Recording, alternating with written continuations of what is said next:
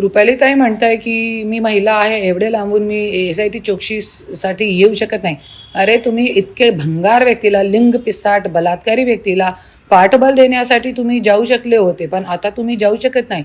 आणि SIT सोबत एक और चौकशी व्हायला पाहिजे की महिला आयोग की अध्यक्ष असताना खूप काही मंत्री आमदारांची त्यांच्याकडे तक्रार होती, पण ते तक्रारवरती त्यांनी कशाला महिलांना न्याय दिला नाही आणि ते मंत्री आमदार लोकांवरती कारवाई का केली नाही.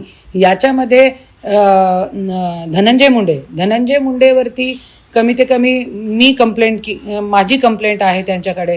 रेणू शर्माची कंप्लेंट होती, ज्ञानेश्वरीताई मुंडेची होती आणि गणेश नाईक, जे दीपा चौहानचा मुद्दा होता, दीपक सोलंके पाटिल, ये प्रीती दीपक सोलंके, ये महिला ने कंप्लेंट दिली होती, त्यांना न्याय मिळाला नाही. संजय राठोड, पूजा चौहान, धनंजय मुंडे, रेणू शर्मा, राजा रामनाई निंबाळकर, संपदा मुंडे, अजून चौकशी झालेली नाही आहे, कारवाई नाही झाली.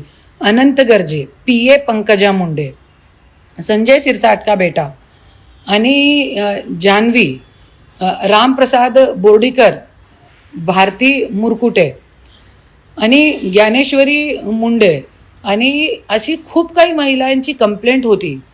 रुपालीताईने त्याच्यावरती कारवाई नाही केली. असे खूप काही मंत्री आहे, जे माझ्याकडे लिस्ट अजून नाही काढली आहे मी, पण अशी खूप गोरगरीब महिला आहे ज्यांना न्याय नाही भेटला.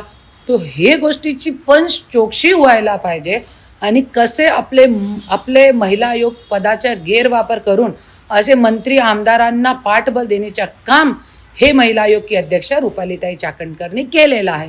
याच्यावरती पण चौकशी व्हायला पाहिजे. धन्यवाद.